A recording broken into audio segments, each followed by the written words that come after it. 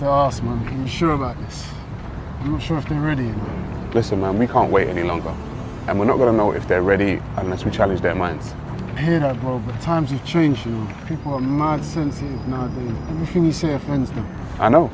And we're going to offend them. But I don't care. In that case, I guess we got to do what we have to do.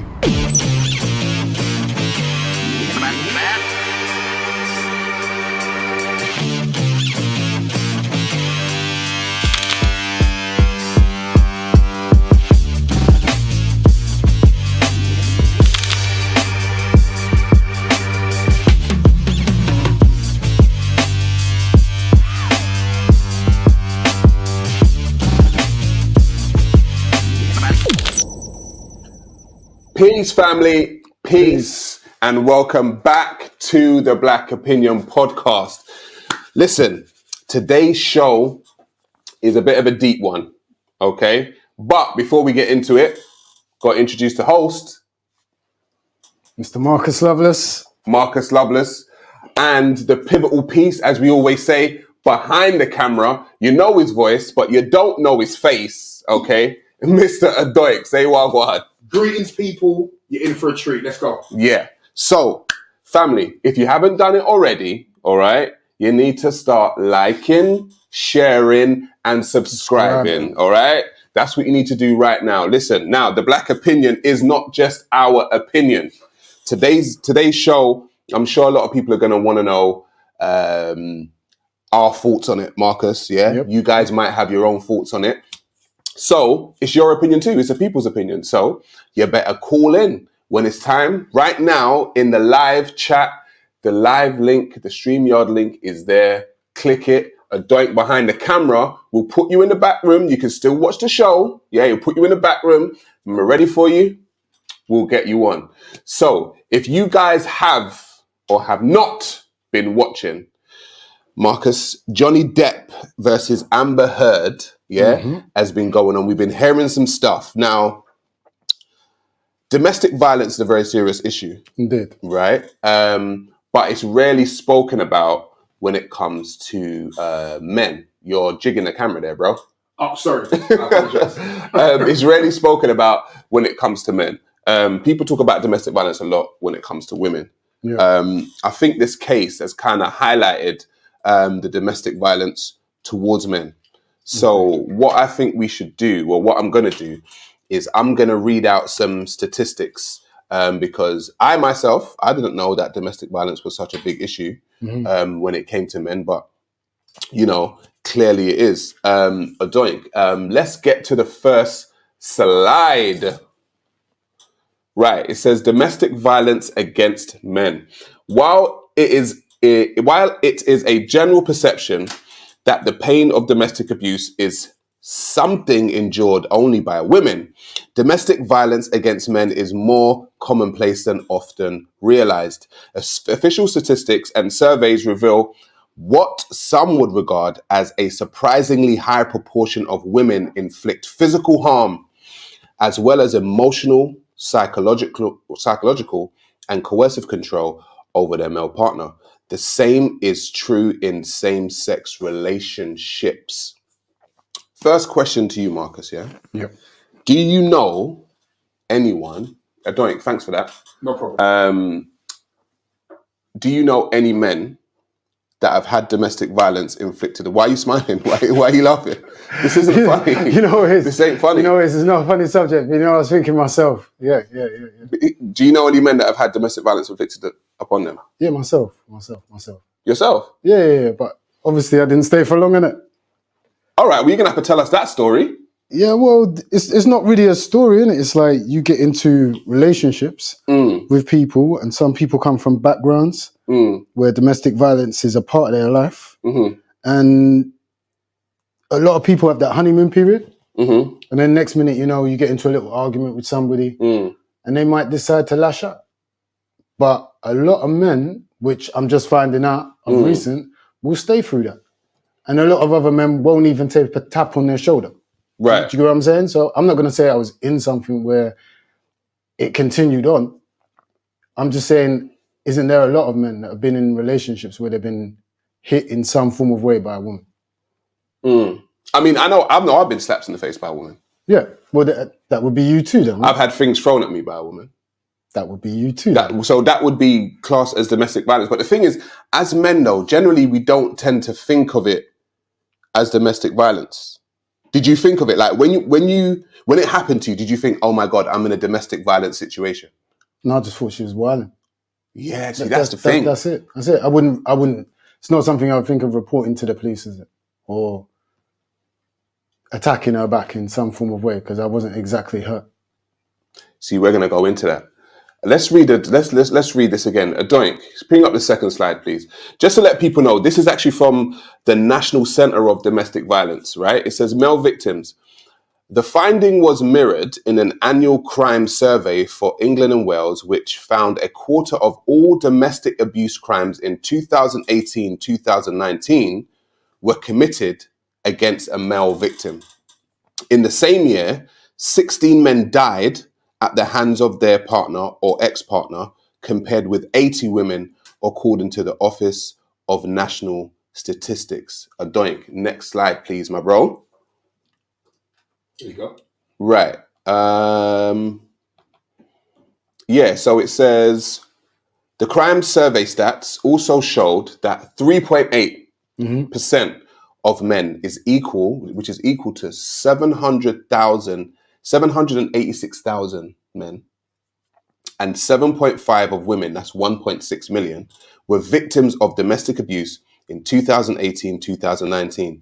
As Mankind points out, for every 3 victims of domestic abuse, 2 will be female and 1 will be male. That is not a stat which sits easy with the common idea of men being tough and macho. For many, even the idea that there is domestic violence against men is an eye-opener. Thanks, Addoink. So, as well as you going through domestic violence, has any man ever come to you and said, you know what, bro, I'm in this situation, my woman done this, this is what happened, I kind of feel like she may be a violent person? Has any man ever come to you and said that? Again, I wouldn't say any man's ever come to me per se. I'm sure there's guys out there, but no one's really come to me and been like, I'm going through domestic violence, you know, bro. It's a bit more like I got a bit of a tiger on my hands. You get what I'm saying? Like, so the men tend to like downplay it, do you think? Yeah, well, to a certain extent, you got to. Because if a man goes to another man and goes, look, I'm just getting brushed by a girl every single day, most men will laugh, bro. Because they don't understand why you're going through it. Because I've not had any man come to me and say it. Because they do say that men are like less likely to actually report domestic violence. So wouldn't that affect the statistics then? It probably would. So there's probably more men going through it than we actually know. Yeah, I would say so. And especially now, because in this time period, like, women have become, in my opinion, a lot more aggressive. We're going to go into that, you know. Yeah? We're going to go into that. I'll say that. We're going to go into that. Addoink, have you ever had someone that you know of, or yourself, as a man, who has gone through domestic violence? I don't. Not off the top of my head. I can't think. I don't. No, any guys that you think keeping that secret? Yeah, I will definitely say that. Yeah. Without a shadow of a doubt. But they're not willing to, openly speak about it. Have you gone through it? No. Has a woman ever hit you? Actually, yes. Yes, actually. So you've been through it? Yeah, she slapped me in the face on the street. Yeah. And I couldn't do anything. So that's public domestic violence? Yeah, it was in the street and she just, bam, big slap. Yeah. Someone, to be honest, I kind of triggered her. See, that's what we call victim blaming now, isn't it? So I'm taking the blame. You're taking the blame for someone else hitting you. If you didn't hit them, then you're taking the blame. I didn't hit her. I'm just saying this because we're living in this equal opportunities type world, right? Equal rights, blah, blah, blah. If that was a woman that said, oh, I triggered him, what would have been the response? If the woman said, yeah, I triggered him and he hit me, would people be like, no, all right, yeah, it's all right? You never put your hands on a woman, innit? That would be the rule. Basically, yeah. That most people go by. Never put your hands on a woman. That would be the rule. That's what I was taught growing up. Let me ask a deeper question. Do you agree with that rule? At this point in time, no, I don't agree with that. Why? Because I believe that if anybody puts their hands on you, you have every right to put your hands on them. So if a woman, you're openly saying that you'd hit a woman. I would hit somebody if I feel that my life is in danger or somebody attacked me. A person doesn't, so it's not woman anymore, because now men can be women and women can be men. So, you know, apparently we're equal, right? Yeah. So if a person, right, attacked me and went to attack me, I have every right to defend myself. Isn't that what we should be doing? Yeah, but you know that you're physically stronger than a woman, though. Yeah, but she does. But something's going on in her head that makes her think that she can take my punch. Okay, but again, But if you know that, you know I'm physically stronger than a woman. Yeah. You know you're physically stronger than a woman. Yeah. So why doesn't she know that? Let me. True. We know this as men. Why didn't she know that? Why does she think she can do it? But let me work on your logic. Yeah, because you're a very logical guy. I try. And you love the logic. I try. But if you know that this system is not going to see you defending yourself, even if you want to run the equality argument, and when the police come, you're going to be 6'2" and black. It's not going to go well, is it? That is a problem that we have as men. Exactly. That is the problem that we have as men, because we know that in a domestic violence situation, in a domestic violence situation, we will always be seen as the aggressor, even though we aren't.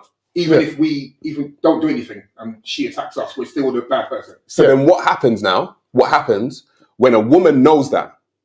What happens when a woman knows that this guy is going to be seen as the aggressor and she's got all kinds of evil stuff going on in her head? This is a tricky one, mate. Do you remember what I said earlier? I've been in those situations, but the second I caught a box, I was out. You just left. That's it. I'm out. Because every man has a monster in a cage, innit? Mm-hmm. Yeah? And I can most probably take the first box, maybe the second box. But on the third one now, that's where my fight or flight kicks in. So I'd rather bop. No, I don't even want to discuss it. Yeah. I don't even want to have a chat about it afterwards and be like, oh, she lost her rag. You get what I mean? I'm out. So you'd rather bop than box? I like that. I like that. Okay, let's read the next slide, please. Yeah, sure. Right, it says... Number 4, yeah? Yeah, number 4, I believe. Is it the organization? The organization reports that 95% of its callers suffer emotional abuse. 68 suffer physical, 41 psychological, 23% financial, 13% coercive control, and 3% sexual abuse. In its 50 key facts about male victims of domestic abuse, Mankind refers to academic research into why men stay in abusive relationships. Ari, the Johnny Depp case, right? Yeah. So, why do they stay in abusive relationships? The main reason is concern about children at 89%. Yeah. Followed by considering marriage is for life at 81%. Love, 71%. Fear of never seeing their children again is at 68%. A belief that she will change, 56%. Lack of money, 53%. Nowhere to go, 52%. Embarrassment, 52%. And not wanting to take their children, please, next slide, please, Addoink. Not wanting to take their children. Hold on, sorry, we're 5, aren't we? Sorry. Yeah. Not wanting to take their children. Hang on. I've got the wrong slide here. No problem. At 52%. Not wanting to take their children away from the mother is 46%. Threats that she will kill herself is at 28%. And fear that she will kill him is at 24%. There also appears to be an unwillingness by men to suspect their woman will turn violent against him.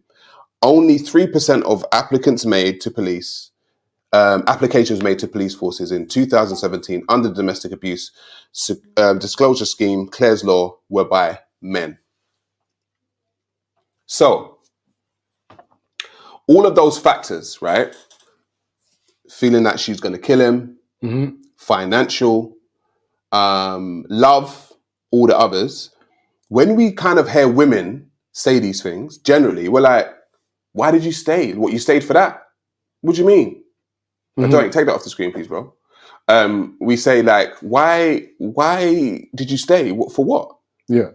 Do you think you could see yourself staying with a woman out of love if she was abusing you? Because we're going to get to the Johnny Depp case, because that's what a lot of people are asking. They're asking like, why did he stay if all this stuff was going on? And he was saying he married this woman, he was in love with her. Could you see yourself staying to be abused out of love? I don't know. Is that an oxymoron question? Like, would you continue to get abused because you loved that person? So that's why I ask, is it an oxymoron question? Do you love abuse then? Well, Stockholm Syndrome is a thing, isn't it? Yeah. Do you know what I mean? So yes, you can love your abuser. Yeah. You can definitely love your abuser. Yeah.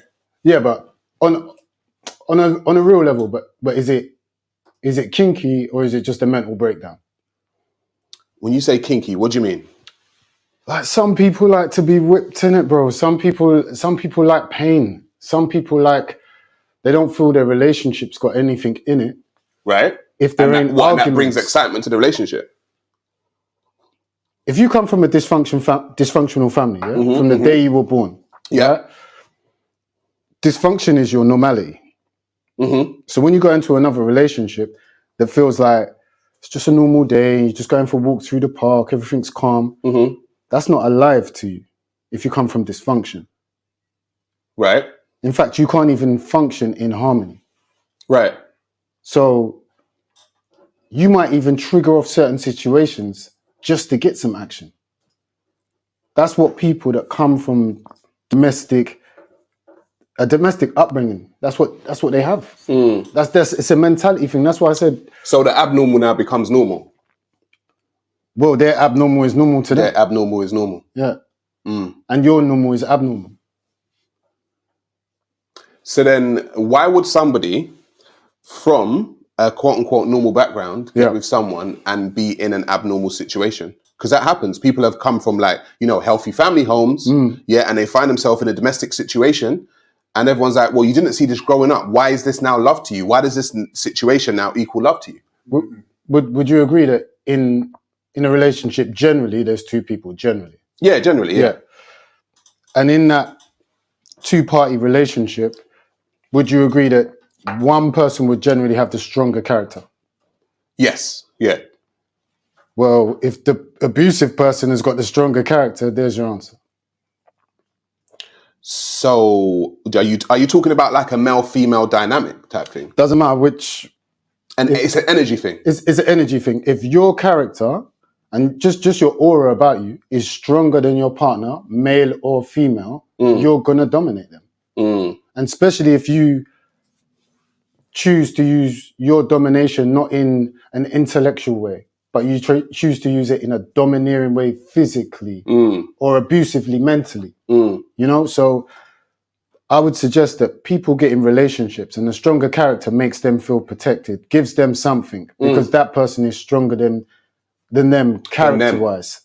Yeah? So you it's almost like most people that are in abusive relationships look at the person with the stronger character as like a father type figure. Right, yeah. An authority type figure. An authority type figure. Right. And even leaving that situation is like, where do you go with, like people are saying, like the men's worries, where do you go without authority?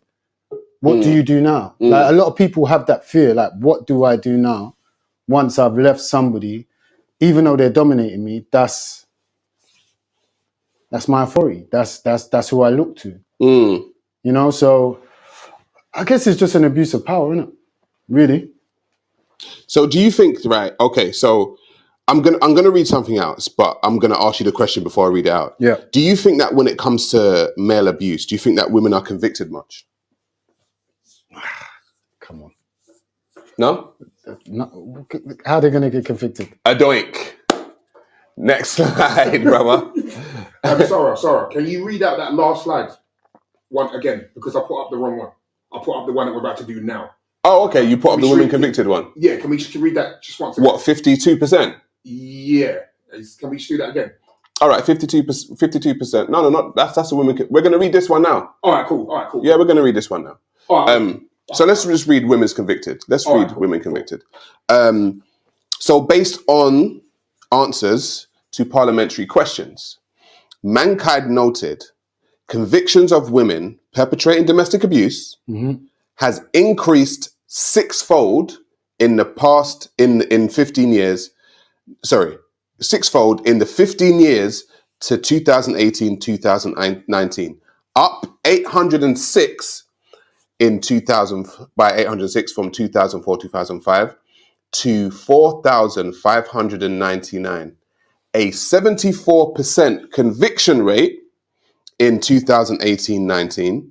A total of 55,486 men were convicted of domestic abuse related offences, a 77% conviction rate. So, women get like a 74% conviction rate when it comes to domestic abuse. They do time. It just says conviction rate. I don't know if they're doing time. Yeah. I don't know if they're doing time. And secondly as well, like the men. What would do we have their stats or we don't have their stats? Like It's a 77% conviction rate for men. for men. Yeah. And what percentage of that do you believe would be false allegations? So, Because there's a lot of that. Too much. There's a lot of that going on in that time period, which you read the stats from. There's a lot of false allegations going on. I personally believe, right, that it's very easy for women to claim false allegations of domestic abuse, domestic abuse. And that is not to say that there aren't men out there that are abusing women. There are a lot of men out there abusing women. I'm just saying that it's very easy for a man to be seen as the aggressor within these situations. Yeah. Do you get what I'm saying? But I will say this is one pet peeve that I have, that women jump together to band together to say, oh, we're being abused. But you know what I'd like women to do? I'm not telling them what to do, but it will be a suggestion for women, is that when you're on this kind of justice mission for women that are being abused, and that's an honourable... It's an honourable mission. That's an honourable cause. Honourable cause, right? Please look out for the women that will abuse your cause, right, for financial gain, right, and clout as well, and shout them out. You know, don't just sit there and go pretend that you never saw those ones, because there's a case right now, very high caliber case with the rapper. Do you want me to mention him? Yeah, mention him. Tory Lanez. Yeah. High caliber case. Tory Lanez and Megan Thee Stallion. Right? And I'm not saying who's guilty and who's innocent, yeah? But I'm saying if it gets found out that she lied about being shot in the foot. Yep.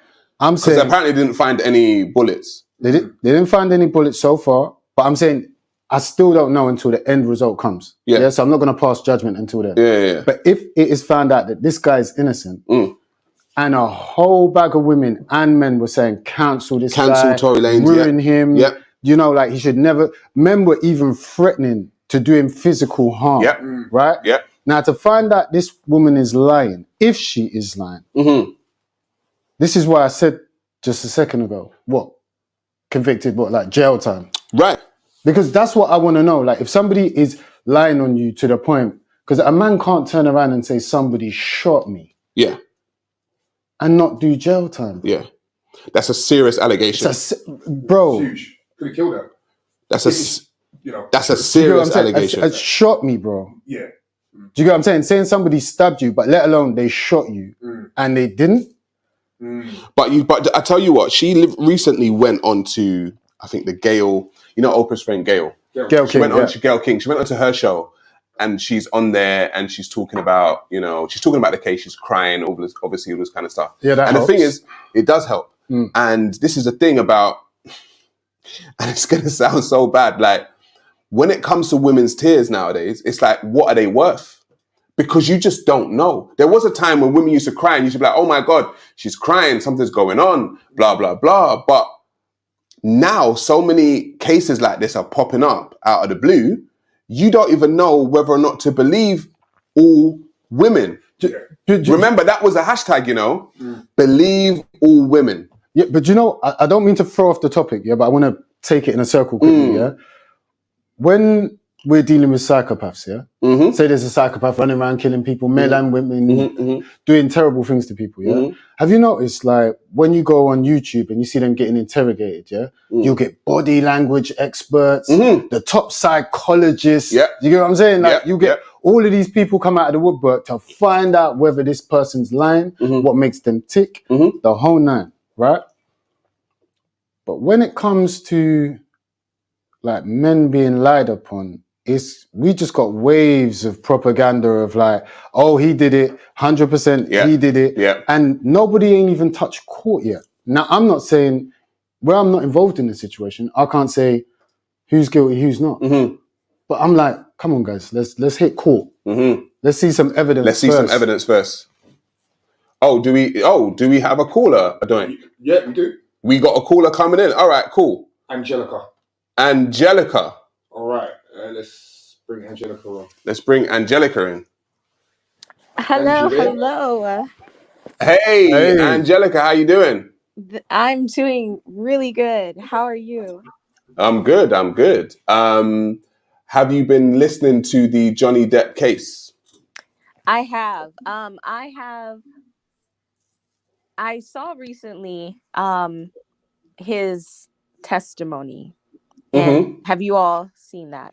We're gonna play it. We're gonna play it soon. Don't worry.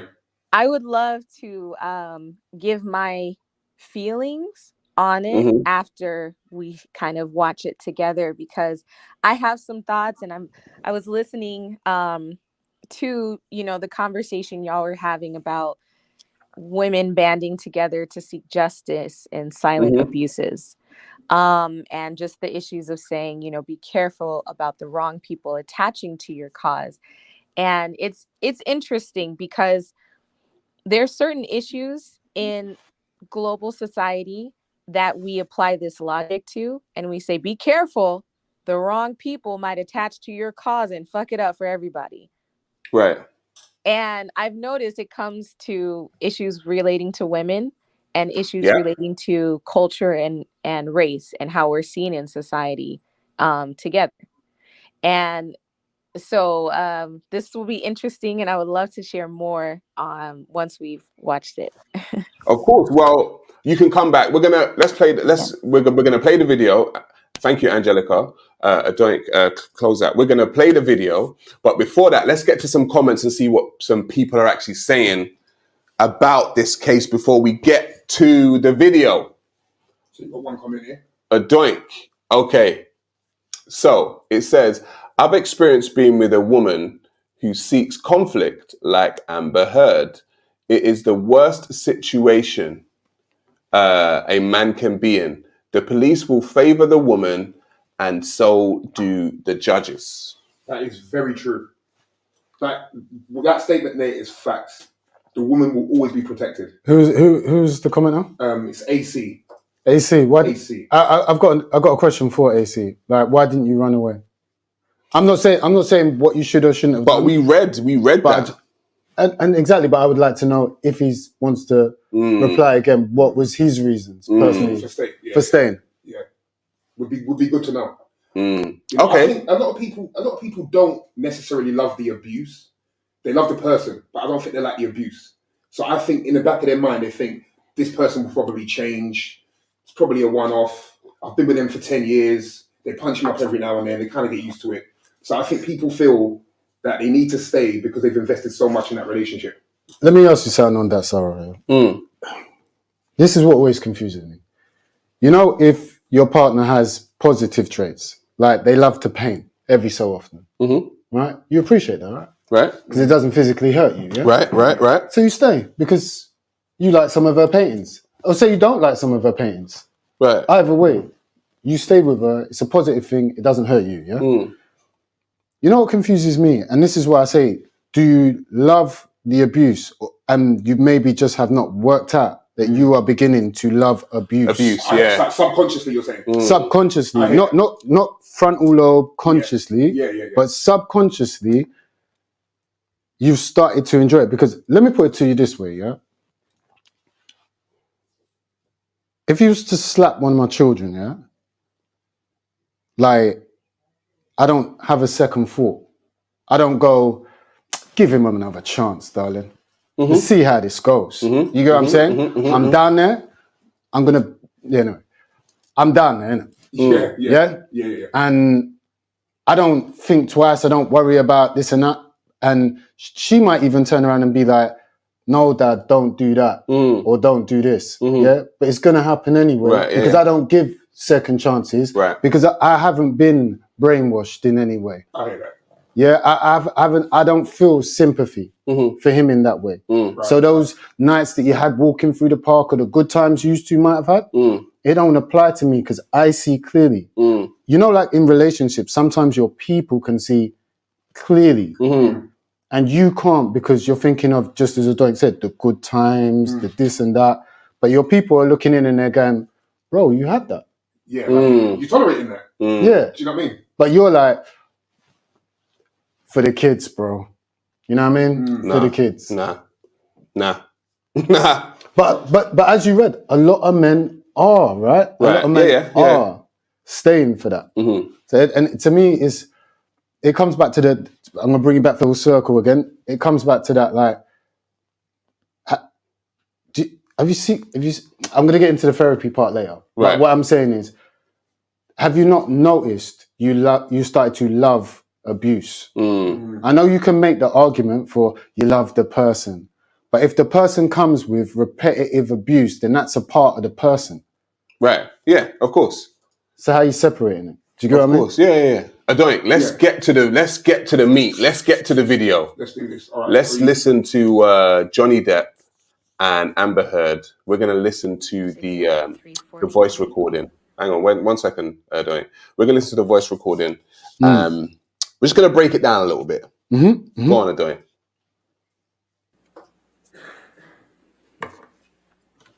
And for the record, this is an audio recording. It's quite lengthy, so we intend to play certain portions of it. Okay. Any objection?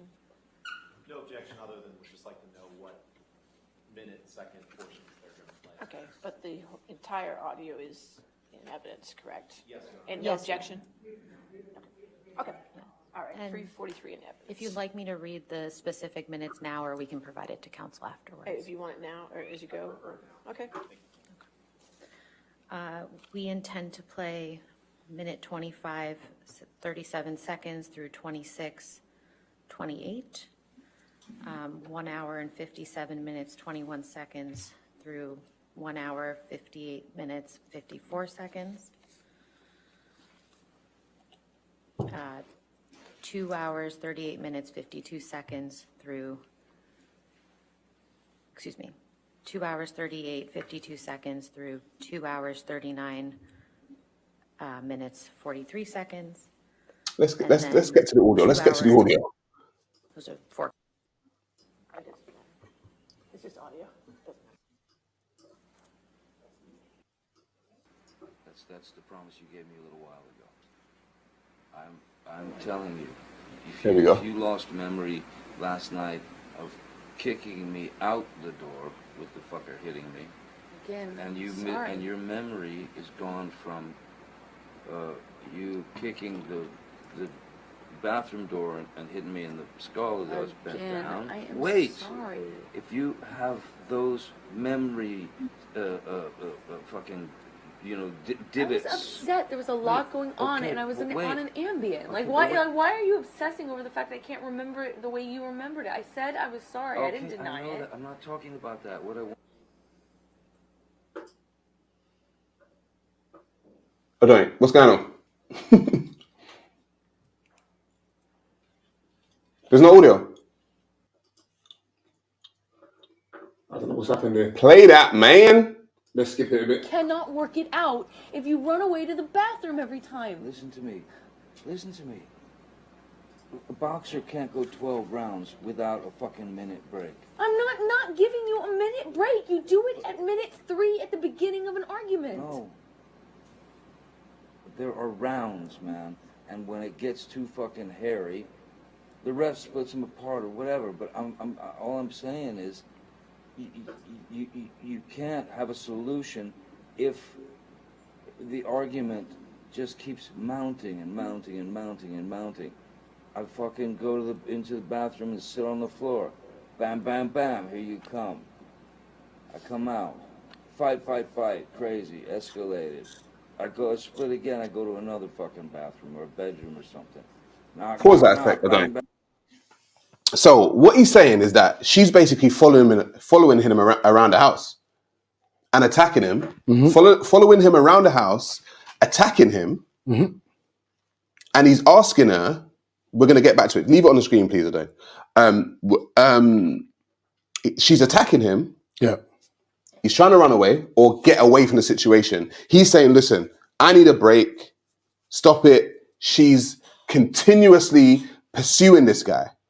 Bringing him back into the situation. So she wants the conflict. Right. He's trying to get away from the conflict. Yeah. She wants the conflict. This is it. Play it again. Bang, bang. You kept coming to get me.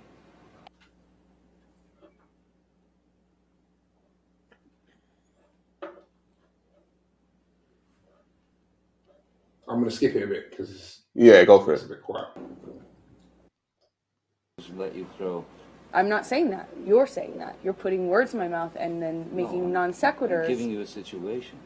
No, you're trying to justify how you don't or do come to the door based on whether I throw pots of hand. It's irrelevant. I'm justifying how you seem to think that there's this cowardice in me that runs away and I don't fight for you.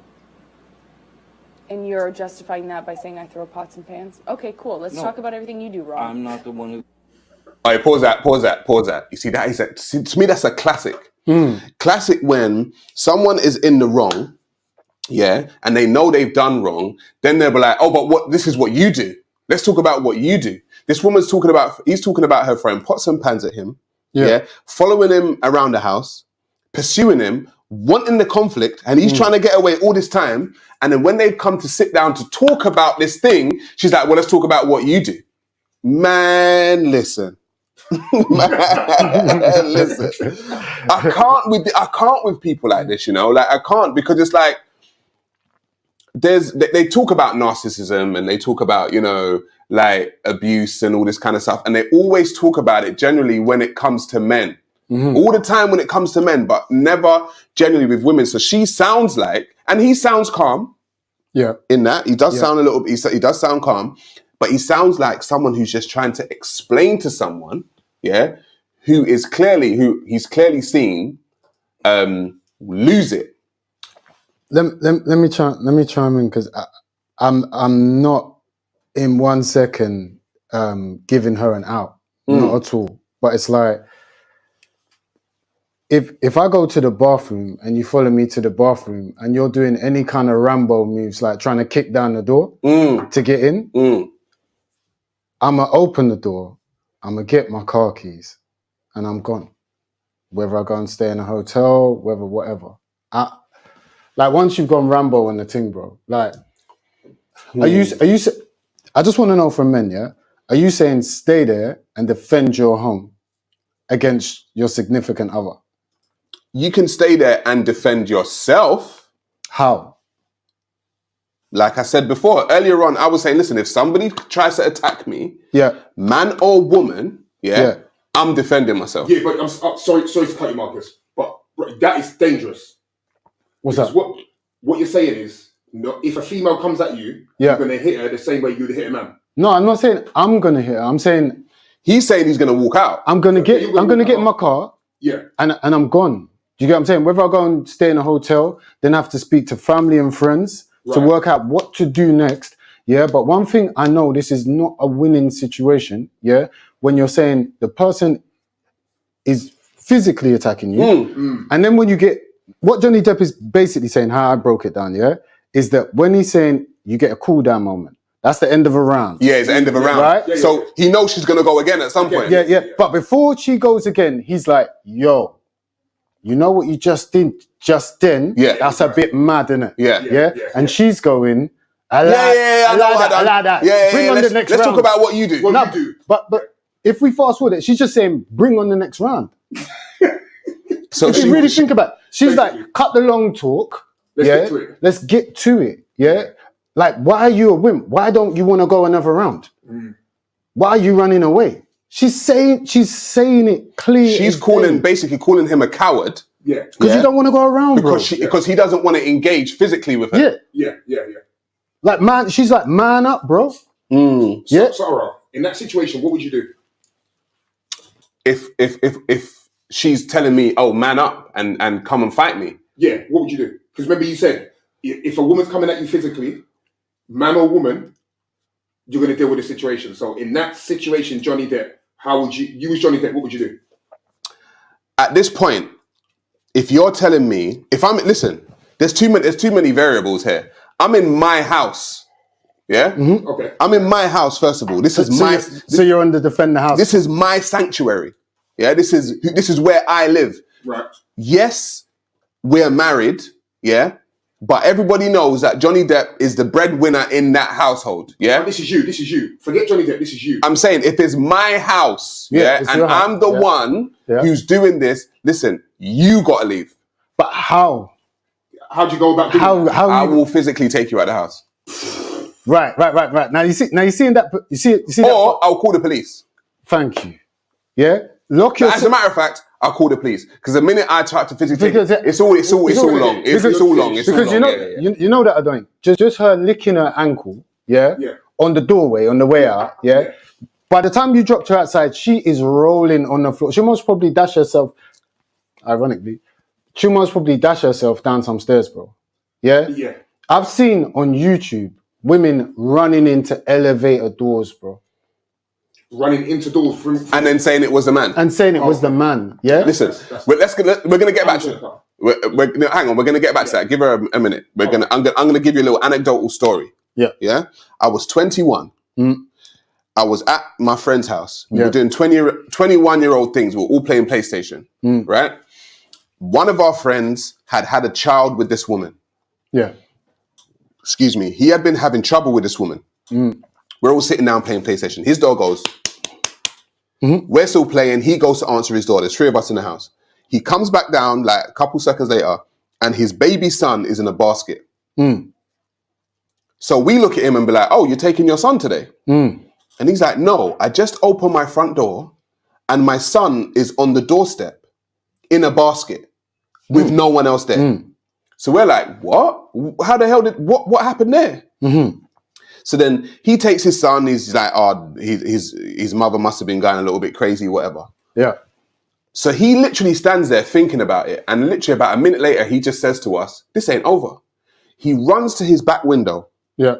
Looks out the window, and he's like, "Shit!" And then he comes from the back window and runs out the house. So I run out after him. I don't know what's going on. Yeah. I get round to where his car is. This woman, the mother of his child, has got the windscreen wiper in her hand, and she is bending this thing from left to right, trying to mess up his car, right? So he's like, "What you doing? What you doing?"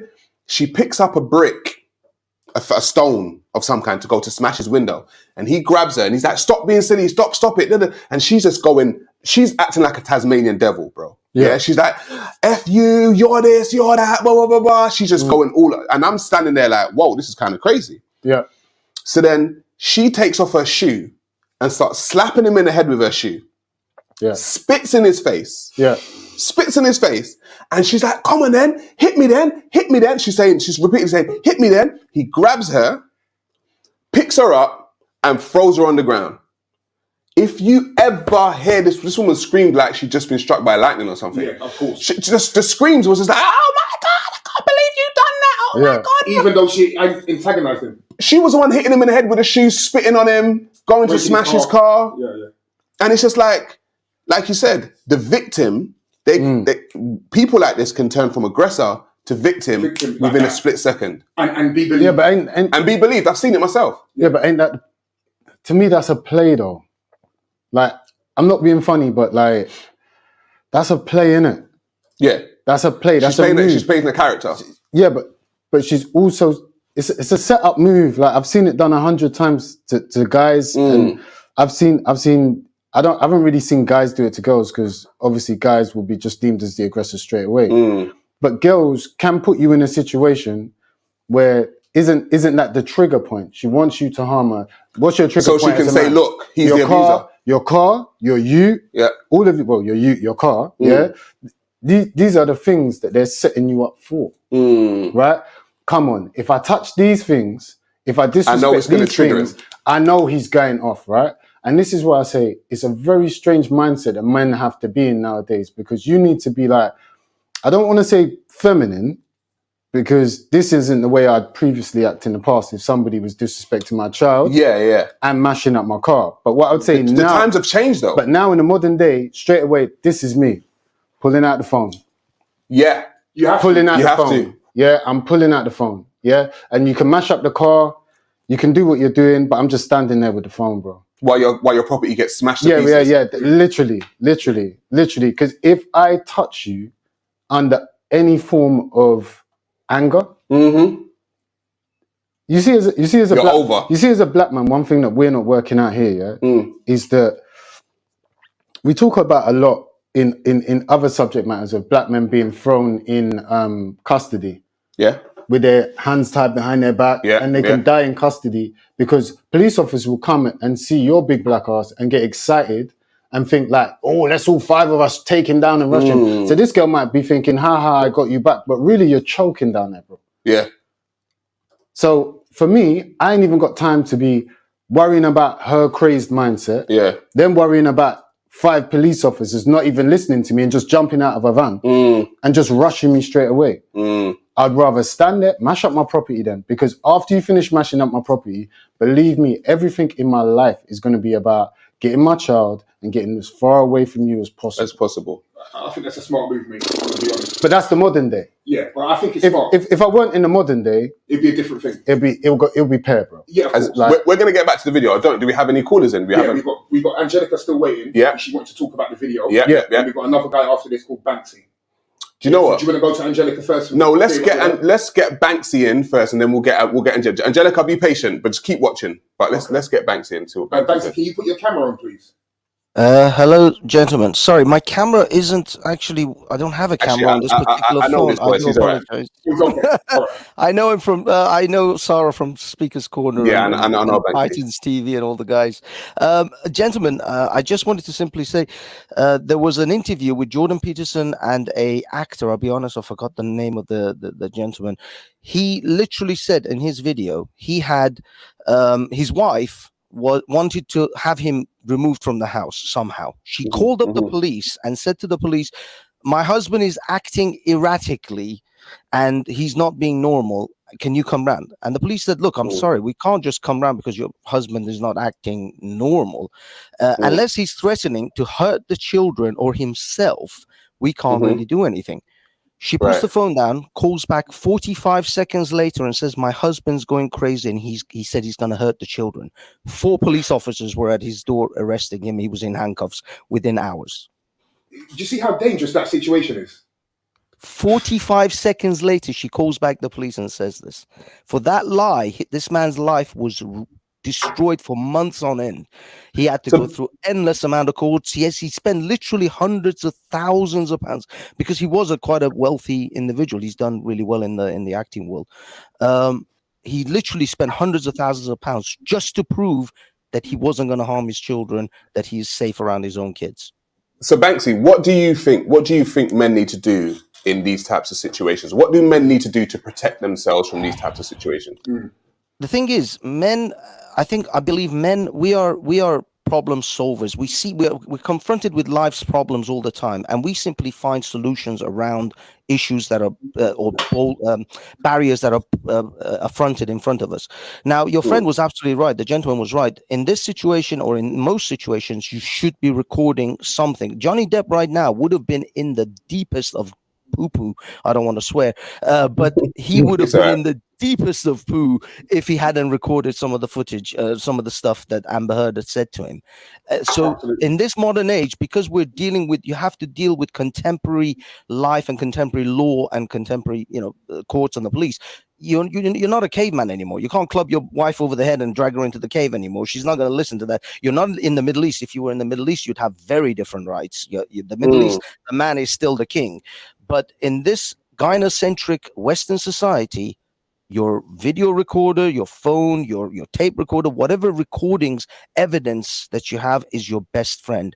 And that is what you have to do. You are not convicted for really what you have done or haven't done. You're convicted for what you can prove. That's what really happens in this day and age, is whatever you can prove in court is what matters, not whether you actually did a thing or didn't do a thing.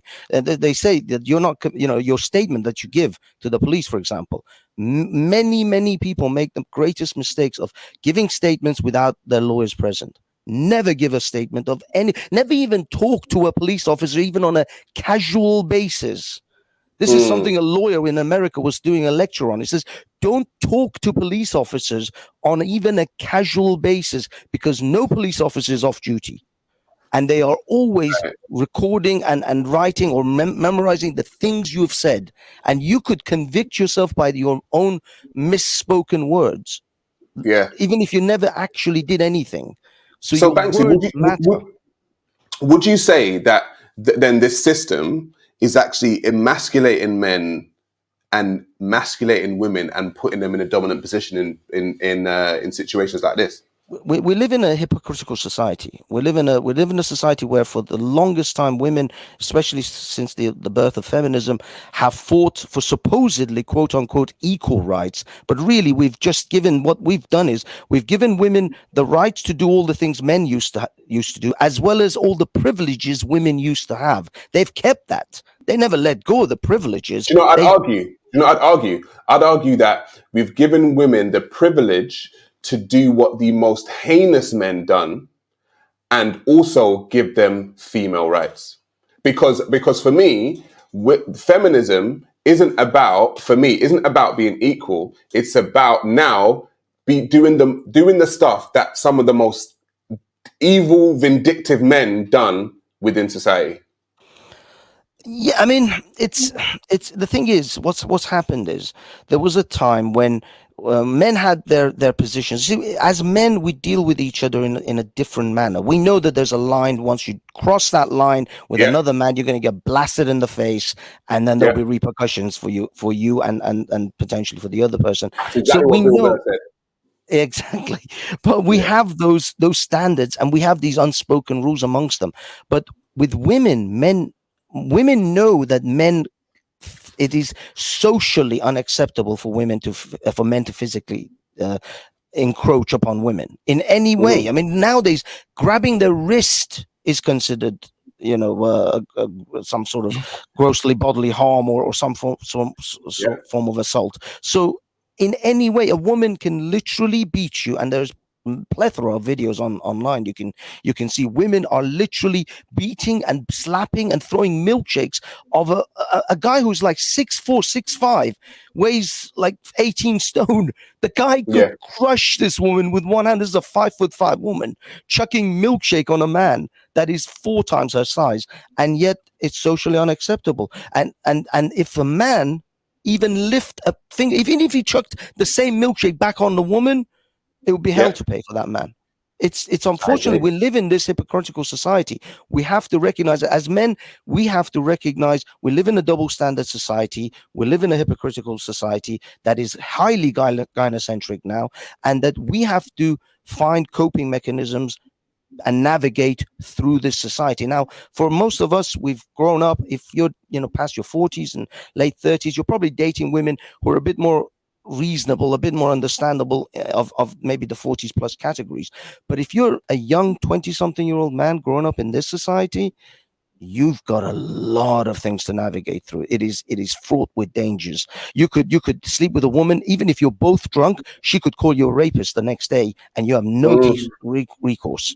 You have no way of getting out of it. She Banksy, can call Banksy. you a rapist, but you can't call her a rapist, All right. even though if you were both drunk. One second, say that, Banksy. What you say, Marcus? Banksy, let me ask you a question. The elephant in the room. Would you say that there's powerful men that run the world? Would you say there's mainly powerful men that run the world? I mean, in most countries in the world, yes, we're still living in a predominantly male-driven globe, but as a globe, not in individual countries. Okay, let's just say in the Western world, would you say mainly dominated by powerful men? No. The Western world has actually shifted. There has been a shift. If you look at the prominent powers that be, the men are either very beta and weak. Even the prime ministers and the presidents. Go and look at Biden. Look at Boris Johnson. These are not. What I'm asking you, Banksy, is behind them. Would you say it's a powerful woman giving them orders? What I'm trying to get at is, don't you think there are powerful men making men with less power have to deal with this new age feminism? Aren't we being put in a position to be dealt with like this? Why aren't the laws being made more fair by men with more power? Look, men as a whole, we are instinctively driven to protect women, and most of the feminist laws that came to be passed by men were in their efforts to protect women. We have a natural instinct to want to protect women. Women bear children. Them and children are the most protected individuals in most societies because of the fact that they are the key to our future. Women at the moment, for the most part, still hold a monopoly on reproduction, and that touches a man's soul in a different way than a woman sees another woman, or a woman sees a man. Chris Rock said this. Chris Rock said this in his stand-up. He said, only women, children, and dogs are loved unconditionally. Men are only loved for what they can bring to the table or for what they can do. So we are disposable. We die in wars. We die in dangerous jobs all the time. We are extremely disposable, whilst women are highly protected in all societies. And this instinct to protect women and children led men to pass laws under the guise and the veil of fairness and equality that actually made the world unequal, especially in divorce courts and other situations like that, for men. We are actually not living. Feminism now, especially fourth and fifth way feminism, isn't about equality now. It's about power and domination. Well, to some extent, some women have become vindictive and are using it for revenge, but it's actually about power and domination. They are now superseding the supposed equality, are now pushing to actually have even greater privilege than even men enjoy. Because there's people like Jordan Peterson say all the time, when women compare and say men are still dominating the world, there are still male presidents and prime ministers, they are literally comparing all of male society with the tiny sliver, with the tiniest percentage, exactly, of that hyper successful people. They are saying that as if all men are that tiny sliver at the top, whilst actually the majority of men are your plumbers, are your bin men, are the guy who goes down at under some oil rig in the Pacific Sea and welds the shit together, and people who are trawlers in the middle of the sea, truck drivers. Those are the majority of your men. Majority of men are doing horrific jobs and are dying at very young ages. Banksy, listen, thank you for calling in. We're going to get to Angelica now. Listen, that was a very good insight. Keep watching. We're going to come back to you. If you want to call in again, by all means, call in again. Just briefly before we go on to the next caller, one thing I'd love to have Banksy back on again at another time to discuss that with him, because I'm still a bit confused on. I've worked in areas of fields of men with power, and they don't need to be presidents and prime ministers, but they are lawmakers. They are your mayors, right, etc. And I'm just saying, some of the parties and the way their parties are, I'm not going to delve too deep in, but I would just say that the way their laws are, how they treat women, is a lot different than the laws they make for us. I agree with that. I don't think. I think we're overlooking a bit the fact that with power, some males will turn around and be like, you know what? So I can have a happy home and etc. etc. And you lot don't build up happy homes, because if you build up happy homes, you then build foundation, community, etc. I'm just saying, with all the think tanks, you think that powerful men are thinking, I just want to protect women, so therefore I'll destroy homes. That's interesting. That doesn't, with think tanks now that deal in social engineering, I don't think they're just sitting there going, you know what, the best thing to do is give all the women the power in households. Interesting. But I'd love to discuss that with Banksy later. Listen, folks, if you ain't already, like, share, and subscribe to this channel. Right now, you need to be sharing this to at least 5 of your friends, okay? We still haven't finished the Johnny Depp video. We're still going in. We're just taking some calls right now, okay? So like, share, and subscribe. Let everybody know that we are live on the Black Opinion Podcast. Addoink. Let's hear what Angelica's got to say. Yeah, she's been waiting patiently. Yeah, she's been waiting very patiently. Listen, Angelica. I appreciate this conversation so much. This is really important. Yeah, and I'm hearing a lot of really great dialogue here. So, you know, Sarah, I know how passionate your community is. So I'm going to speak from the heart. Okay, so evidence seems to be, you know, just based on this conversation, evidence seems to be closely related to how you feel about the conditions in which a woman is or is not raped and how she goes about relaying that. So what I'm hearing... We're not talking about that. Aren't We're talking about abuse. We're talking about like physical abuse, not sexual. Rape is... Okay, let me switch the word from rape to abuse. Yeah, okay, is in order for it to be abuse, evidence must be presented first, right? So my question now is, what does evidence look like of an abusive relationship? You can have physical signs, I guess.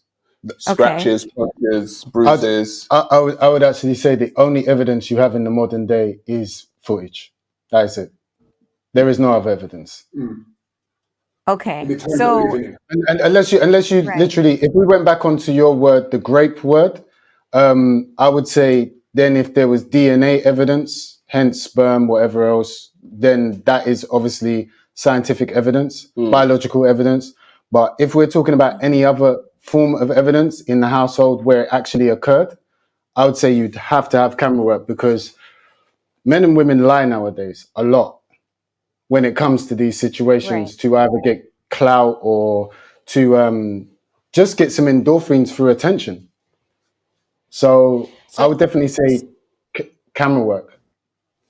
But this is the thing, you're not always gonna camera or audio, you're saying, because like Johnny Depp had audio. Right. Yeah, second best audio, but you'd really want video. Second best audio. So, but here's where my question lies. Johnny Depp got audio footage, or whatever it's called, audio recording. After he had endured and executed abuse, which is the both of them, right? So the both of them at this point, and that's what they're talking about in this videotape, is they're talking about what, like, they're sharing the standards of what the relationship actually was. So even though she's, you know, going tit for tat and saying, well, you did this, and what about you? Do you want me to talk about all the things you've done? It still exists that he was also part of this very toxic relationship. Same thing with her. And she's saying, well, yeah, I threw some pots and pans. And you listen to the tone of it, and it's like, this was very normal up until the point that it wasn't for Johnny Depp. And that's when he recorded it. So what do we do with his half of the relationship where he didn't say anything, he didn't cry wolf, he didn't go out in public and say, she's beating me, she's this person. He took the low-key approach. And we're giving him, it sounds like, not to say she's not guilty herself. I'm just saying, in what seems to be missing from this conversation is that it is both sides, and I get that's where the plight of this is well, you see men are treated this way, but it's both sides, and it's honoring like what are some of the conditions that actually exist here that we're navigating. So Sarah, you had said we've given women the privilege to do what the most heinous men have done, and at the same time we also are kind of having conversations about what feminism is. So and that women are running the world and a gynocentric society. But on the whole, Those it's weren't my still words, though. Those were Banksy's words. They're not my words. I know. I I'm said just I can saying. only imagine. That's pretty clever. I've never heard that before. So what are we, you know, why does it make people fearful of how to create protections to protect those that are getting abused? Because the same thing we're arguing for Amber's side is that she was the abuser, then we're actually really fighting for conditions in which we can support abuse because it's inevitable to happen in certain relationship pairings. Phrase that again one time, please, Angelica. So women have predominantly taken on this crusade to make standards.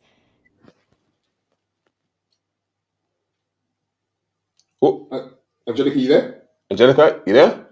Okay, sorry, I was getting a call at the same time. No problem. Go for it.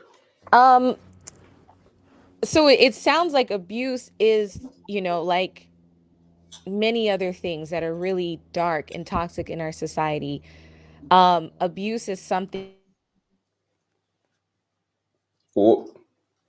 Angelica, you with us?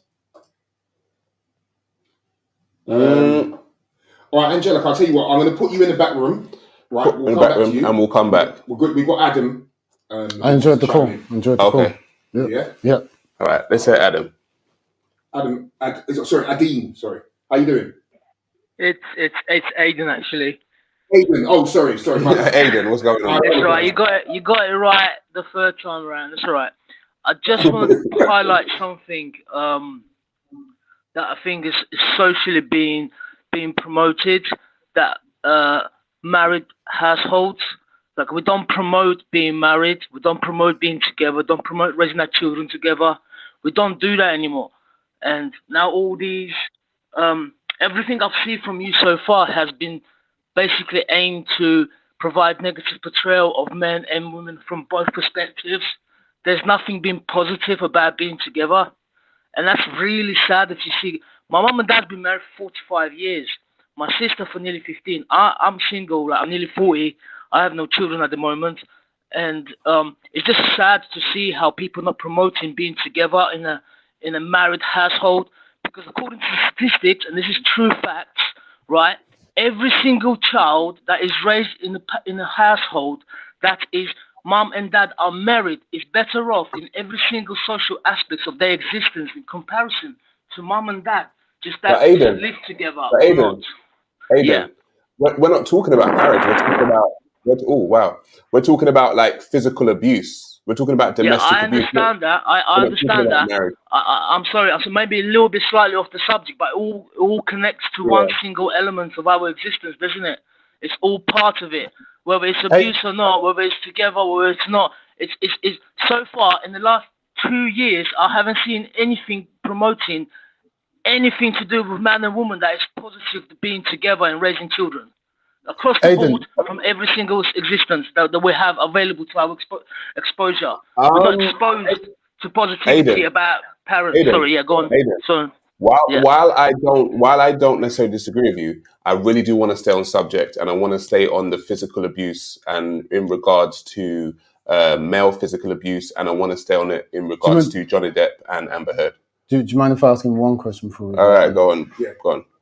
Aiden, you seem like you want a lot of positive things to do with the family, so we don't have to have these kind of Johnny Depp conversations.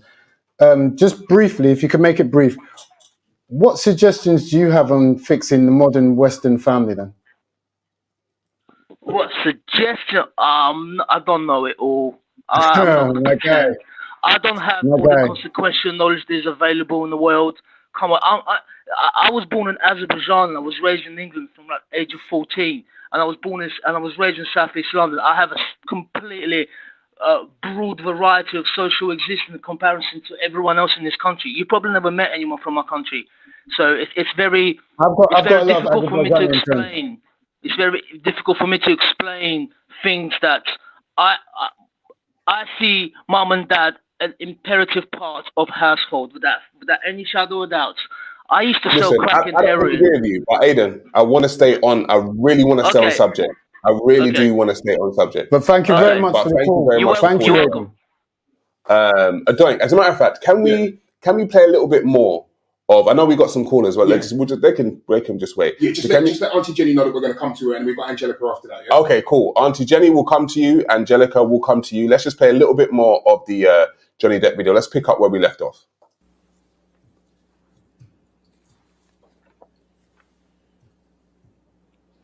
I'm going to skip it a bit. Lie. And that you punched me in You're the right. fucking thing. And You figured it out. And you said, no, fuck it. No, I didn't. What the fuck are you talking about? And I didn't watched punch you lie. And then I didn't punch you, and by then the way. I'm sorry that I didn't hit you across the face in a proper slap, but I was hitting you. It was not punching you. Babe, you're not punched. Don't tell me what it feels like to be punched. You know, even a lot of fights, you've been around a long time. I know. Yeah. No, when you fucking have a close You didn't get punched. You got hit. I'm sorry I hit you like this, but I did not punch you. I did not fucking deck you. I fucking was hitting you. I don't know what the motion of my actual hand was, but you're fine. I did not hurt you. I did not punch you. I was hitting you. How are you? What am I supposed to do? Do this? I'm not sitting here bitching about it, am I? You are. That's the difference between me and you. You're a fucking baby. Because you started. You are such a baby. Yeah. Because, yes, you did. So you did the right thing, the big thing. You know what? You are admirable. Pause that. This woman is dangerous. I'm saying it. Addoink is saying it. This woman is dangerous. Marcus, what do you think of what you just heard? Do you know what? Like, remember I said the monster in the cage? Yeah. I had to. You're a baby. What's wrong with you? I had to clap. Yeah. Just to wake myself up. I wasn't clapping to applaud her. I literally felt like, oh, so you're gonna hit me and then call you a baby, and then call me a baby. Bro, just if you go, I don't want to deep it too much, but imagine talking about abuse and then saying baby.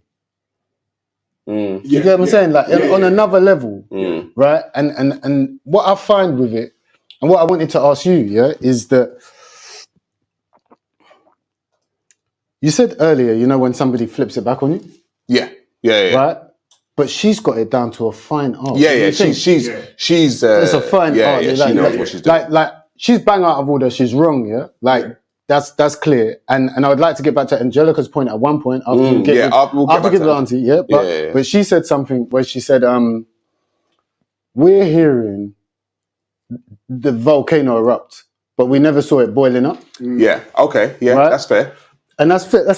Yeah. But one thing I will say to Angelica is that you see when women talk like guys, it's a different level. It is like the infuriating thing that I feel like I can never imagine my mum talking to my dad like that. I can never imagine anything. I wouldn't want to see any woman, forget my mum and dad, I wouldn't want to see any woman talk to a man like that. This woman, said, I was hitting you, I wasn't punching you. Yeah? And he says, don't tell me what it's like to be punched. Like, I'm receiving it. I'm receiving the punch. What's wrong with you? You're being a baby. Yeah, but you see, for me, that's what I said to you earlier. For me, I'm out the door. Like, as soon as I've said to you, you punch me, and you go, oh, I hit you, I didn't punch. Like, automatically, cuckoo, I'm out. Like, I'm not even, I'm bounced. Like, what do you mean hit? I'm punched. Bro. Yeah, because she needs to justify the way in which she came at him. So she's trying to downplay exactly what she done to make it seem like, listen, it wasn't even that big what I done to you. It wasn't even that bad. What's wrong with you? So like a clenched fist But she's just saying, basically, I just backhanded you, fam. No big deal. Take it on the chin. Yeah. So even if your nose bled still, it's no big thing because I didn't like stab you. But if you check one more sentence she said in it, she goes, I didn't deck you. Yeah. So there's an energy in her that says, if I wanted to, I could knock you out. I'll knock you out, fam. Yeah. And even that to me, that's what I said. I don't want to hear a man talking to a woman like that. Yeah, I don't want to hear a man talking to a woman like, oh yeah, he's gonna punch her up. But to hear a woman say it, that's why on Angelique's point, even if they were both giving as good as they could get, just to hear a woman talk like, I will deck you, fam. I will. You're a baby. I just slapped you. Right. So my question is, how and why have women become so aggressive in this new modern society? Well, I wanted to. How and why? Like how? Where did it come from? I wanted to use because historically, men have been the ones that have been aggressive. Throughout history, men have been the ones that have been aggressive. They're the ones that they're the ones that use their power. They're the ones that have used their force. How have we got to the point in society where a woman can look in a man's face and say, what's wrong with you, you baby? I just slapped you. I didn't even punch you. What's wrong with you? I think Auntie Jenny will have an answer, but Marcus, you go for it, man. Quickly, before we get to Auntie Jenny, we've already discussed the answer, and I want us to remember that we've already discussed the answer to this. You said, how has it come to this, right? We've already actually discussed it, You said it with your guy, Banksy. No, not even Banksy. That's what I was trying to discuss with Banksy. Right, okay. But what I was saying is with your guy, where she was bending his air on his car. Right? Yeah. She knew 110% men with more power than her man will come and deal with him. Right? That's what I'm saying. I'm not making men go at it with each other, But what I'm saying, there's always another group of men that come along that go, I don't even understand your situation, mate, but I know I've got to do my job and arrest you. So it's always men putting other men in these situations that we have to take it. And the thing is, like I said, women know, because I've said to people before, women have men who they call their husbands and their boyfriends and their partners. But she's got another man, and that's the police. Woman's got another man. Facts. Yeah, and that's the government. The government. Woman's got another man, and that's the social services. The woman's got another man. All of these services. You forgot their top man, last one. You forgot their top man. Who's the top man? Jesus. Oh, okay. We can't forget him. But women have more than one man. Okay, and in a situation, if she feels aggrieved, or she feels hard done by, she'll call her man. Straight. Which ain't you. And she'll call her man to come and deal with you. But that's what I was trying to explain to Banksy when he was saying, I was asking, isn't it men that are in power? Because it's not a bunch of women. It's not a bunch of Amazons that jump out the bushes when you're dealing with your woman in the wrong way. Or she's dealing with you in the wrong way. Amazons don't jump out the bushes from Wakanda and be like, you can't deal with him like that, sis. It don't work like that, bro. Right.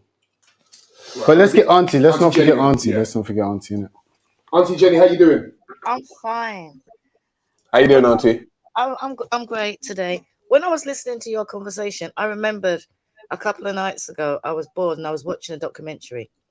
BBC iPlayer, I'm just looking at it now. A young man, Alex Skeel. And this young man got abused by his partner. And I mean, stabbed, cut up, taken away from his family. If you don't come with me, you can't see your children. Then they had another child.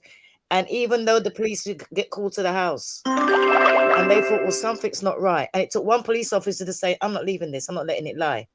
And dug and dug. Eventually, when they found him, if they didn't find him, he would have been dead, bleeding to death. And it's on BBC iPlayer. It's called Abused by My Girlfriend, Alex Skeel. And to watch it is heartbreaking. To see how he started off really good. And even when they showed you the film of her in the police station, oh no, he said he didn't want to go and see his family. Well, I didn't really hit him. I mean, like, I didn't stab him. I just cut him a little bit, and they were saying, why didn't you do something? He goes, well, I didn't. What am I going to do? Who's going to believe me? And The amount of scar, and I'm talking about somebody under 30. He could have even been younger than that. And the amount of scars on this young man's body. To watch I recommend anybody after this, go and watch it. Right? Thank you, Auntie. Thank you. Men, go and watch that. And it is just the woman, the young girl, as far as she's concerned, oh no, I didn't do this to him. He kind of like got cut. Oh yeah, well, I didn't really stab him in his foot, you know. The knife just dropped on his foot. And this guy's body is covered in scars. Totally covered in scars. And man who found out about marriage and all this and that. I grew up with my mum and dad. And all of a sudden, one day we were gone. And it's only like years later, I said to my mum, do you know what? I keep on having this dream of I come out of my bedroom and I can see my dad's hand around your throat and your eyes are bloodshot red. She said that was the day when she decided that because a lot of people are like, yeah, you know, they've been married, this and that they don't show the children. The children don't see it. And it's only because I happened to walk out of my bedroom door. And I remember my dad saying, get in your room. And I remember that was at age 7. I remember that when I was in my 20s. I thought it was some kind of weird dream I was having. And that's when my mum said that was a day that she decided to leave my dad. Wow. So it's that, and to know what, right? To say that it's better in a relationship, my mum and dad get on better now than they would have done together. My mum was in the West Indies and my dad was on a cruise, and he heard that my mum wasn't well, and he took his woman straight to Barbados to go and see my mum to make sure she was all right. And he said, I've been married once, I'm never going to get married again. And I'm just the short things that come up to mind. There is a young lady and she is getting battered by this man. Somebody, they're close to me, absolutely battered. And it got to the point where I'm tired of trying to protect you because you won't shut your mouth. Who won't? You know that this is going to antagonize a man. Shut your mouth. You know that you sound like a victim blamer, Auntie Jenny. No, because I've been battered before, so it's not a victim blamer. It's just that when I was getting battered, there was no one there to help me. Because at the end of the day, if you bear in your mind that that's what my dad was like, I'm not going to go to my dad. And if you're the oldest child, who are you going to go to? So you put up with it and you deal with it how you can. So as far as I'm concerned, if I know that these are your triggers, and that if I push all these triggers, this is what's going to happen, don't push the triggers. And then it's happening so much now that police won't even go back to the house. There's no point. What's the point? The neighbors calling the police because the next week they're all happy. And I said to her one day, I said, do you know something? I realized that you don't know when to shut up. If he says something, it don't mean he got answer back. She goes, I know. That's one of the things, you know, I just can't help myself. Maybe that goes back to what you said and she likes it. But Auntie, let me ask you this, Auntie, yeah? Because that's the question that I put earlier, yeah, is that can it be that you've fallen in love with that kind of situation, the abuse, and you actually don't know it subconsciously, you're triggering it for that action to happen? Who's doing? Because see, in my situation, I never had no one, and I just thought to myself, you know what? I got to the point where I just handed him a knife and I said, here's a knife, cut my throat because you're not going to beat me bit by bit. You're not going to kill me bit by bit. Kill me all in one go. And when he realized, and I said that when people are battered, you have to get to the point where you're prepared to die and then it stops. When you don't care no more, you're not scared no more, just go ahead and kill me. That's when the abuser realized, you know what? I've got no power over you. That's what stopped my abuse. Wow. But if somebody was there to help me, then it would have stopped earlier. So when you see these people and you feel yourself, oh my God, you know, I'm always rushing down there, trying to help you, trying to do this, calling the police. And then next week you're there and the next day you're there and it's all happy families. But I'm telling you, like, I know the triggers. And I'm saying to you, like, I'm looking at you like, don't say nothing. And you open your mouth and then it's like, oh my God, look at, and all of your scars, it's like, you know, I am wearing my scars because this is what he's done to me. But after a while, nobody takes any notice of you because if there's help out there for you and you keep on putting yourself in that situation, I've got to the point, you know what? Invite me to your funeral. Let them tell me when you're dead because I got time no more. You know, so all of these different things Wow. all count. But this young woman that I'm talking about, she loves to play victim. I think she's in love with the fact that, because I remember somebody said to me, well, if you don't hit me, he don't love me. Yeah, I've heard that before. Yeah. I've heard that before. Yeah. Auntie, thank you very much for calling. We're going to get to Angelica now. Thank you very much. She's been waiting patiently. Thank you for calling in. Keep watching though. Right, Addoink, let's get to Angelica. What's Angelica got to say? Listen, y'all make me feel like a celebrity. It's like, we gotta get to Angelica. I am the bag. I'm telling y'all. Come on, tell us now. You had a question before, right? You had a question before. Listen, I have so many questions right now, so I'm gonna fire them off. Okay, so question 1. Do we feel bad for Johnny Depp? And if we do, what do we feel bad about for him? Spars. Do I feel bad for Johnny Depp? Yes. I do.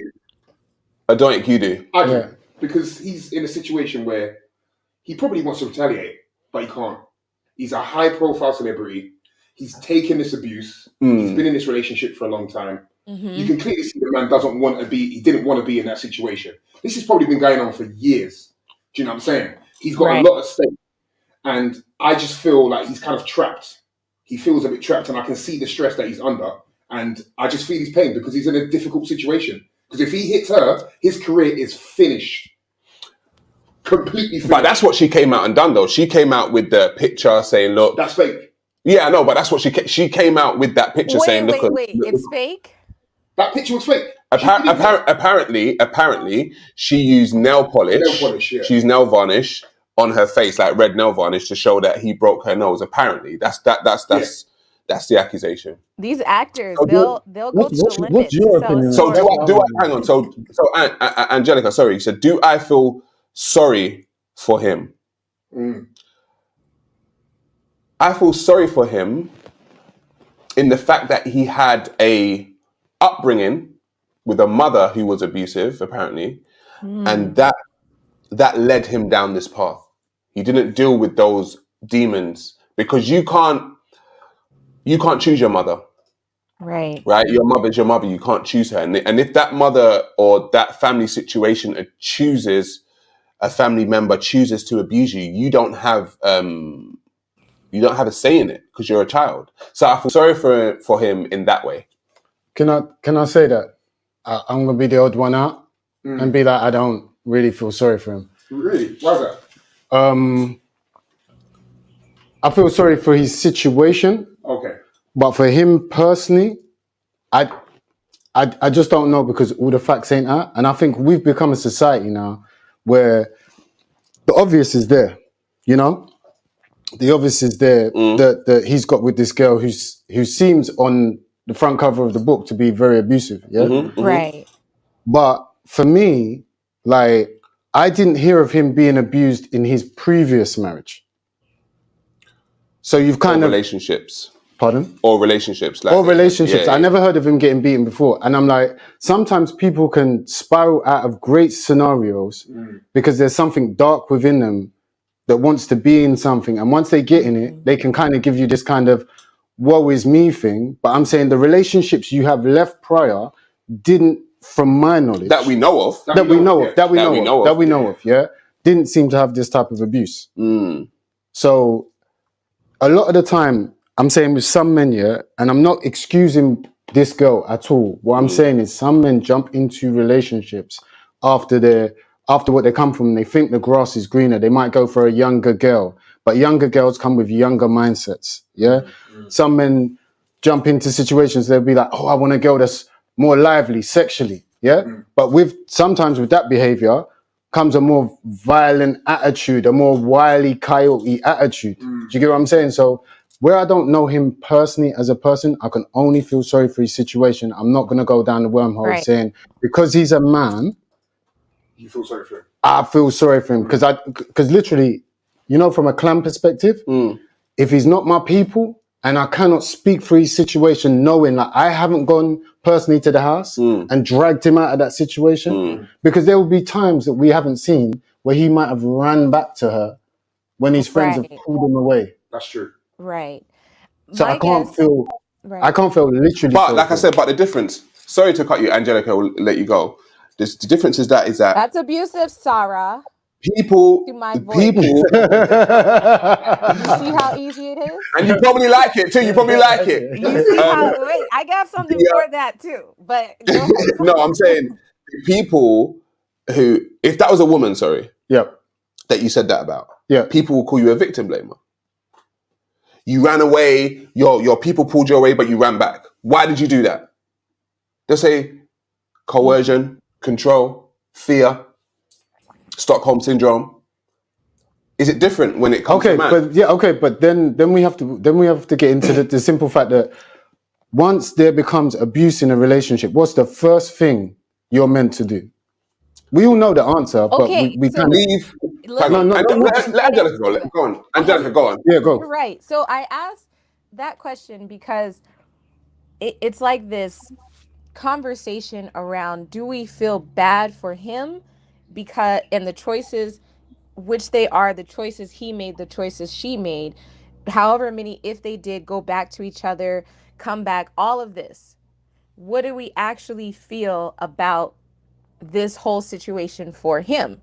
So what it sounds like more now is that we're arguing about the audacity of an abuser and who we are trying to like tie who lies more about abusers than the other sex, I guess.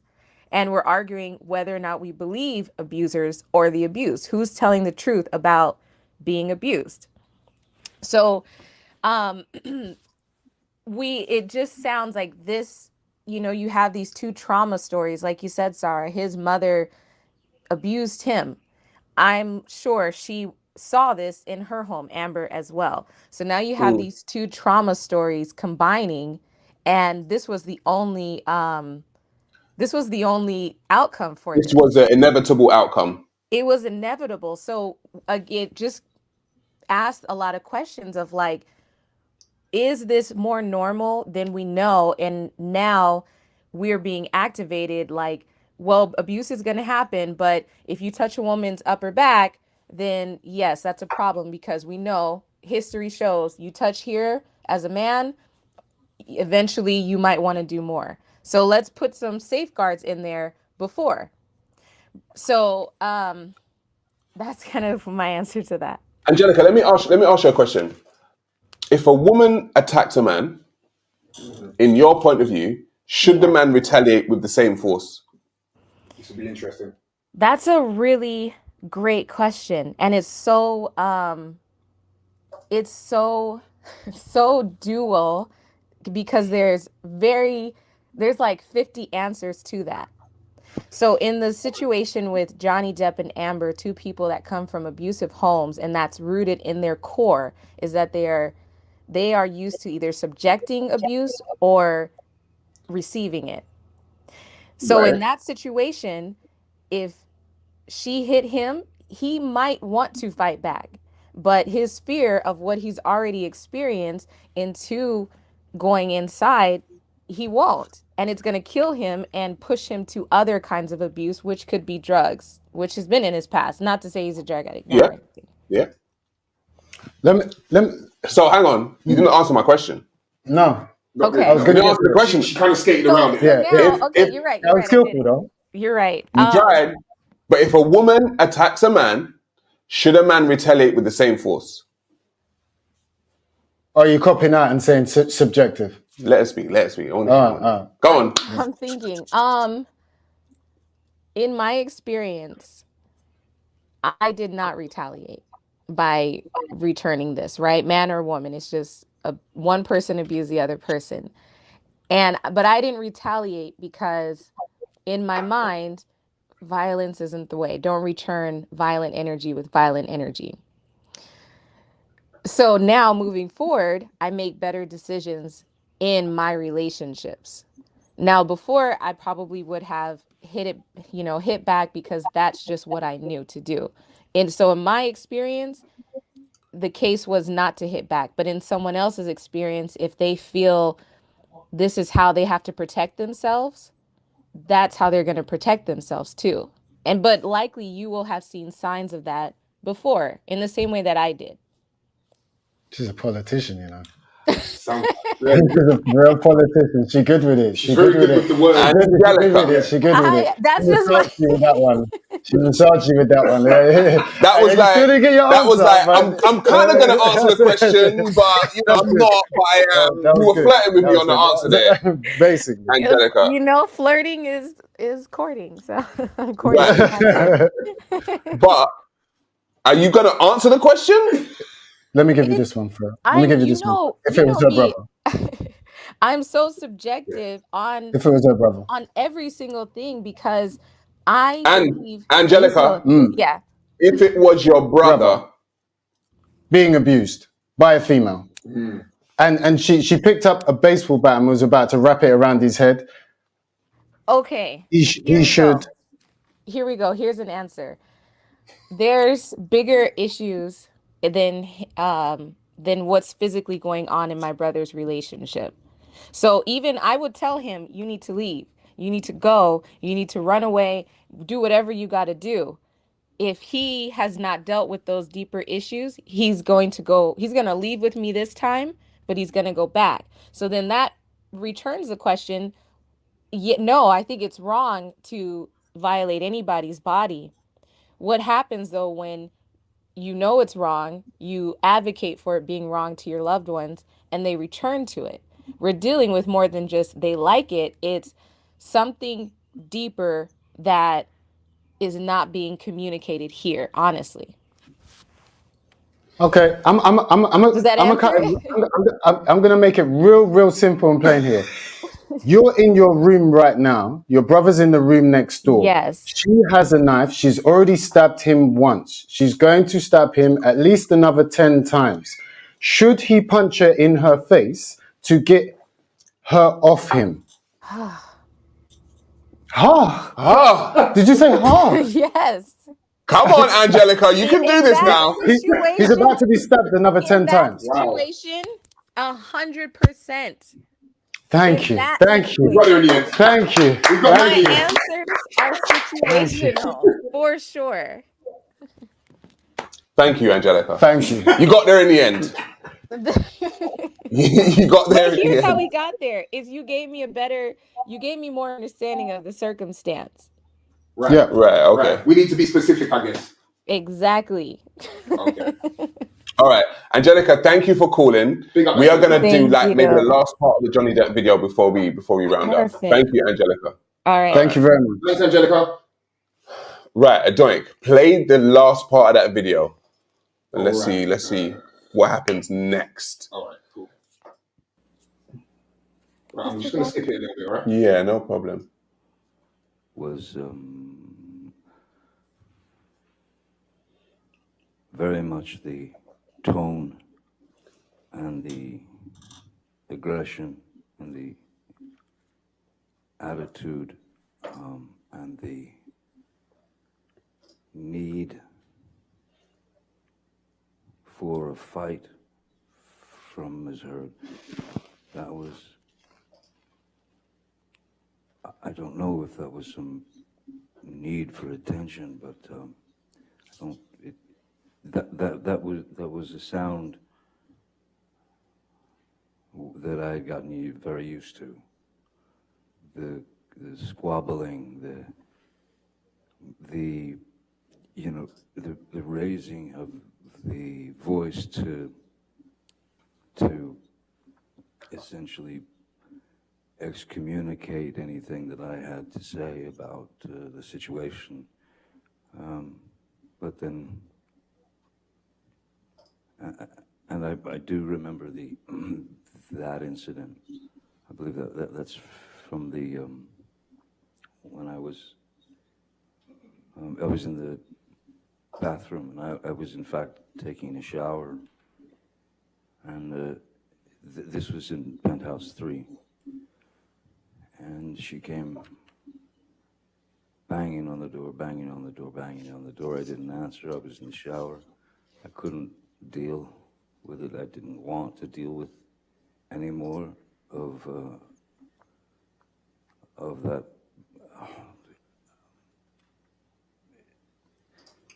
sarcastic, demeaning,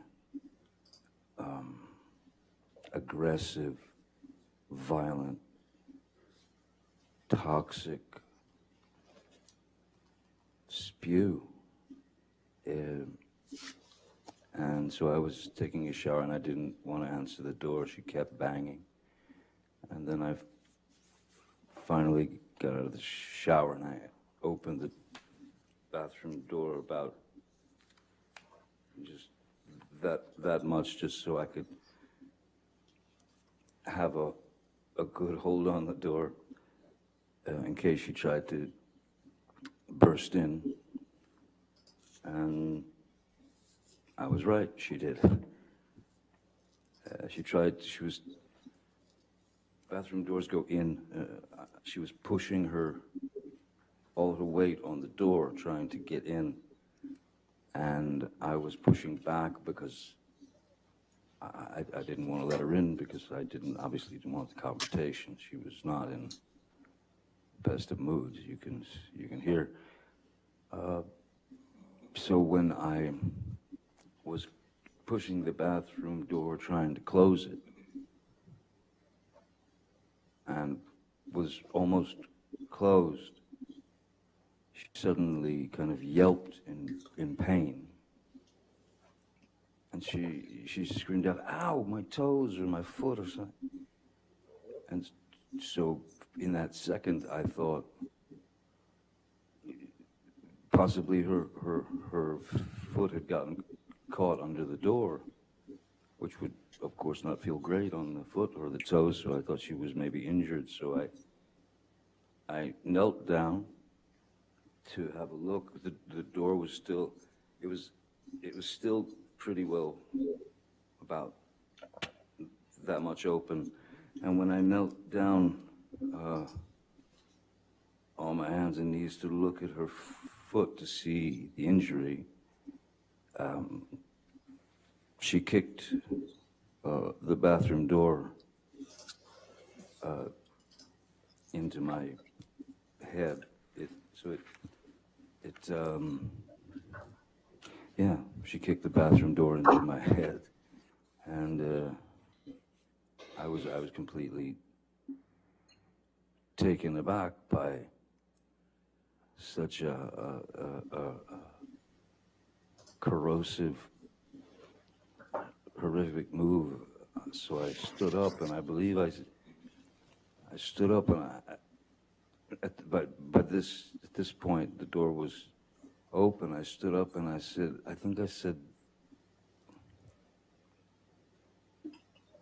"What the fuck was that?" What was that? That was a good note.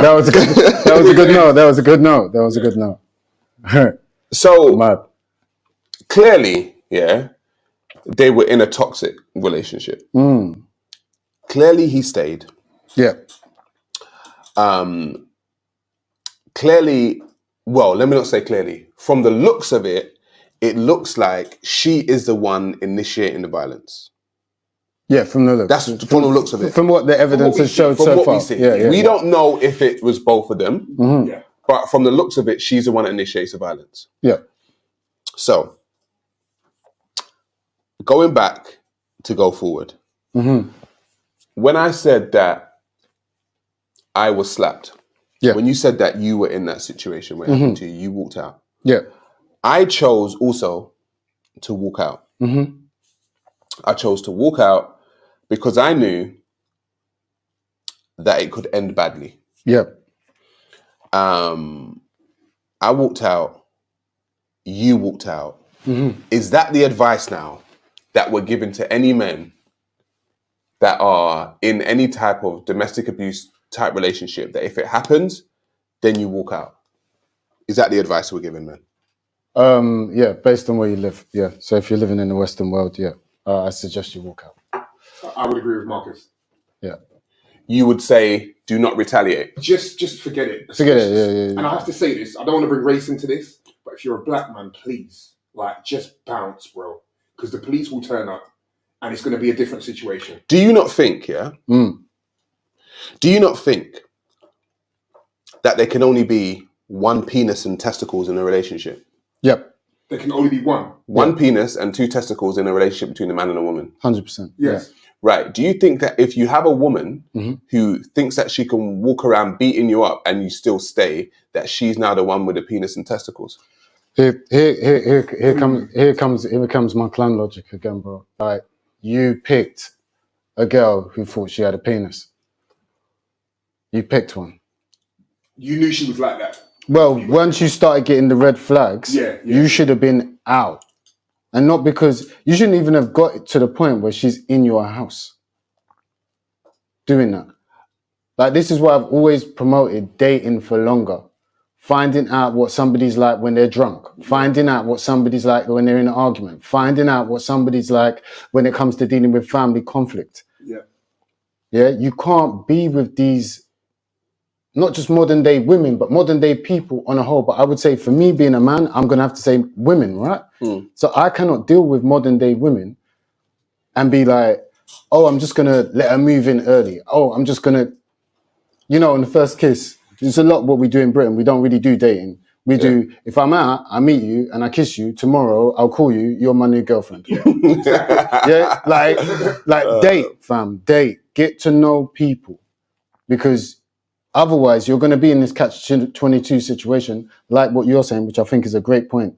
You're going to walk away with no balls. Because this is what it seems like to me. Like, men in those situations, if you're with a woman and she feels like she can slap you, kick you, box you, all this kind of stuff, she'll walk around the house like she's got a penis. She owns the place. She'll walk around, what do you mean? I can slap you up, bro. Like, don't let me slap you up again. Do you know what I mean? Like, she's walking around like she's the one that's got the masculine energy. And I'm just saying, yeah, I think the minute the disrespect, the second she loses respect for you, bro. Get out. Get out. I'm saying to any man watching, what you just said, Sarah, I agree. The moment you see that, you need to leave. Because like Marcus said about the red flags, if you're not paying attention to those red flags, you need to bounce. Because if you stick after those red flags, you're going into a dangerous situation. You could potentially end up dead. Do you know what I'm saying? 100%. So any man watching this, I beg you, if you're in a situation like this, find something inside yourself, pack your stuff, go elsewhere. It's just not worth it. And one point that I didn't really make on the show, but I would use this as my ending segment for the show, is I said it on a couple shows before. Please, please, please, black, white, whatever you are, you know, whatever your color, creed, denomination, please, when you're suffering or you feel like you've dealt with certain traumas in your life, do not feel embarrassed to get therapy. Do not feel embarrassed to get counseling. Don't make nobody shame you into getting it.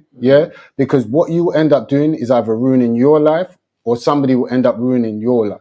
Therapy is a good thing. Agreed. Please. Therapy is a good thing. Some of the most successful people in the world have consistent therapy sessions. Totally agree. So, family, it's 9 o'clock. We've been on the air for 2 hours. Been on there for 2 hours. That means we got to roll out of here. All right. We got stuff to do. We still got lives. Thank you, everybody, for tuning in. Thank you for everybody who liked. As a matter of fact, you look, get the likes up before we go. Thanks to everyone who liked. Thank you to everyone who subscribed. Thank you to everyone who shared. Okay. You shall see us again next week. Okay. Don't worry. We'll put the promos out. You'll see what it is. You stay subscribed to my YouTube channel. Hit that notification button. Okay. Hit that notification button so you can be, you know, told when things are happening, when I upload new videos, when I upload new content, even when I just put something up on the community page. Hit it, like it, share it, subscribe it, tell your friend, tell your mum, tell your granny, tell everyone, okay, that this is the new podcast in town. Straight. Yeah, this is a new one in town and we're going to get these numbers up. So thank you to everybody. Marcus, thank you very much, my brother. Addoink, thank you very much, my brother. We'll be back next week. And to the men and females, to the males and females watching, take care of yourselves. Peace, family. Peace. Peace.